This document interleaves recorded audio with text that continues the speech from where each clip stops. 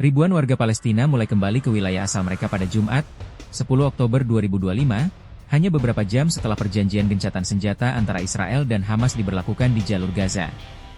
Kepulangan massal ini terjadi meskipun kondisi di lapangan masih belum stabil dan sebagian besar wilayah utara Gaza dalam keadaan hancur total. Saksi mata dan tim kemanusiaan melaporkan, sejak pagi hari waktu setempat, arus warga terlihat bergerak dari kawasan Rafah dan Han Yunis menuju Gaza Utara. Banyak yang berjalan kaki sejauh belasan kilometer, sementara lainnya mendorong gerobak berisi barang seadanya, pakaian, kasur, hingga perabot dapur, untuk kembali ke rumah mereka yang telah lama ditinggalkan. Sebagian besar warga tersebut sebelumnya mengungsi di sekolah-sekolah, tenda darurat, dan wilayah penampungan yang dikelola lembaga kemanusiaan. Namun begitu gencatan senjata diumumkan, mereka segera memutuskan untuk pulang, meskipun belum ada jaminan keamanan penuh di sepanjang jalur yang mereka lalui.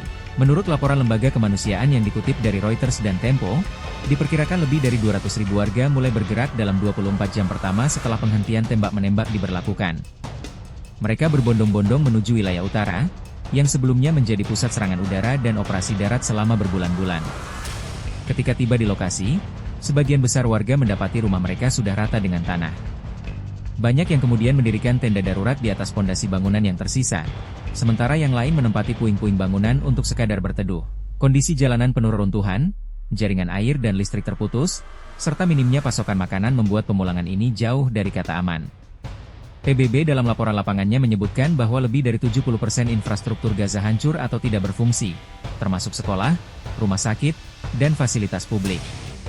Jalur suplai bantuan dari perbatasan Rafah mulai dibuka kembali sejak 11 Oktober 2025, namun distribusi logistik masih terhambat oleh kerusakan jalan dan keterbatasan bahan bakar.